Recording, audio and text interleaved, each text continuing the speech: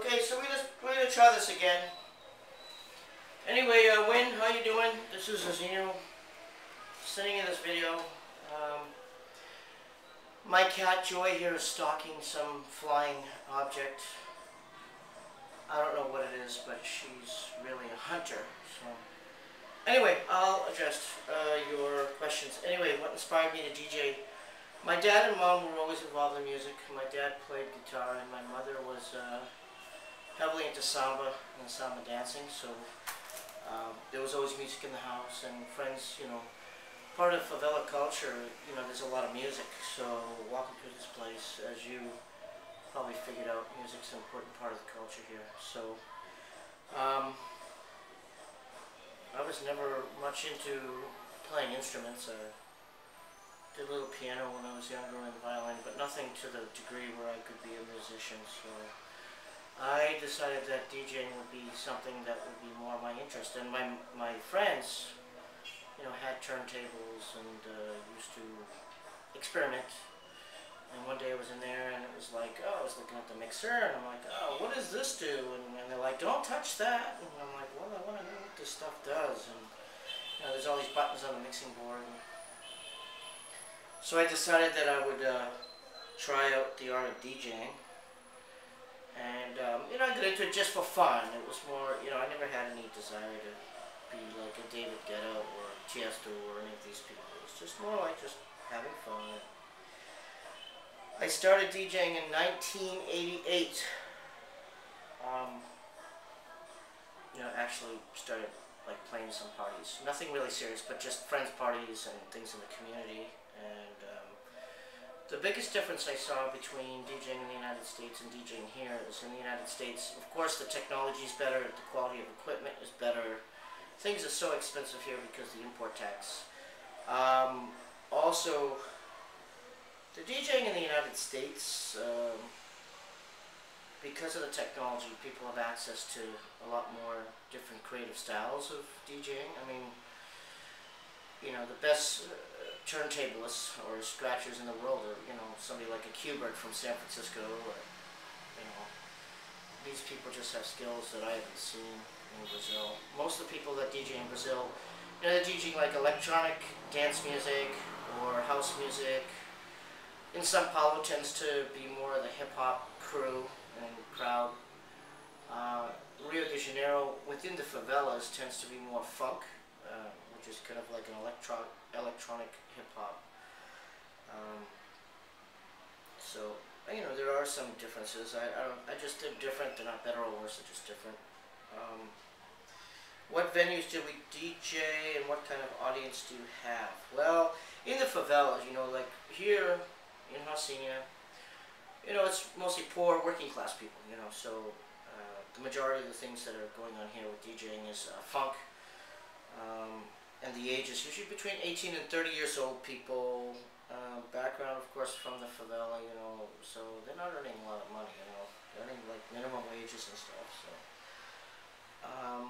What kind of impact does your DJ program have on the favela? Well, you know, I don't know. Our program is only 1 year and 4 months old. So, you know, it's still fairly new. I mean, people seem to like it. We have about 20 students. We operate 6 days a week, Monday through Saturday. The program is free, so the kids, you know, and the youth, the youngest person we have is 18. You know, this is very expensive equipment. You know, we're talking $1,800, $1,800, $1,500, $1,100, $1,000, $1,100. Speakers $3,000. The MPC machine $1,800.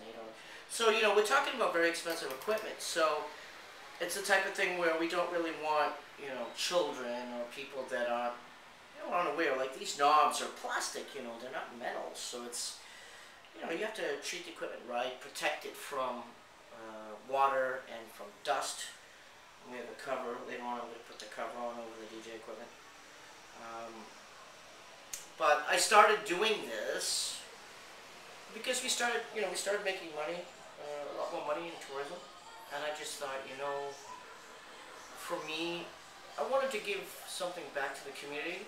You know, I'm using the community to make money, so why not create something that has some value. And of course, music, you know, we have 2 music schools here. We have a samba school, and there's all sorts of musicians and artists here. And I thought, you know, when I was growing up, we didn't have a DJ school. You know? So I thought, why not? Why not have something that's a little bit different for the kids, you know, and for the youth and adults here.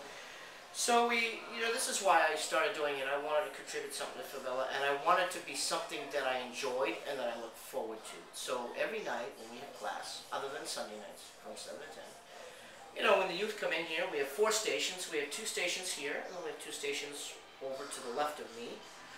And the kids can mix in the headphones, or they can play on this, and then we have access to the speakers. So, you know, we can fit 6 or 7 people in here at a time maximum, really, because we have 4 stations, and then if you have 2 or 3 people waiting, but that's why we operate 6 days a week, and we want to expand our program. We would like to have a building, or buy a building. Eventually we're saving money to buy a building, because right now we're in what used to be my bedroom. This used to be my bedroom, but now it's the DJ school. So we want to expose our program. We would like to buy a building here, somewhere in Rocinha. Hopefully within the next 2 years. We're saving money. And we'd like the first floor to be the DJ school and maybe a recording studio or production center where kids can produce their own music and they can also record, produce their mixes. And like a little small business center where we could teach them how to make demo CDs, business cards, and how to teach them about the professional life of a DJ, how to go about getting jobs, and talking to managers of clubs, and negotiating, you know, contracts and so forth, depending on, you know, the stage of how big the event is that they would play at. The second floor would have an open space where we could have access to, you know, freestyle dance, hip-hop, you know, capoeira would be good. I don't know, jiu-jitsu, because all you really need for jiu-jitsu is mats, you know. So we could get some mats, because I used to do jiu-jitsu a lot, so I wouldn't mind having contact with that again. And then the third floor, we could have a space where we have rooms and a bathroom, shower, stuff for, you know, visiting DJs if they come to the favela and want to contribute or volunteer, you know, and teach the kids some stuff. Then we have a space where they could stay and contribute to the program. So I guess that's about it. Now, you know, we're hoping that, you know, the tourism grows, because of course with the tourism we're able to give people in the favela more jobs. Right now I have 2 people working with me. They don't work for me, they work with me. So, and these people, one of the guys is a DJ, so his name is Deborah, and he helps me do the tours. And he's also on the same consciousness as me, as like we want to develop a program together. Because I know I can't do this on my own. So, but anyway, I guess that's it, and I'll be sending this off to you pretty soon. And if the camera's shaking a little bit, it's because one of the cats is checking it out. And here he comes. This is DJ Fuzzy. Hey, buddy. How you doing? You gonna DJ for us? You got wind there on the camera. Huh? What do you want? Huh? I already fed them, so I don't know what they want. He just likes to lie on the equipment. What are you doing? Want to scratch? No, he wants to lie on the equipment. Look at this. This is typical cat DJ. This is his renditions of DJ. But anyway, alright, Wayne, I'm going to send this video off to you soon. And take care. Have a great night. Ciao, ciao.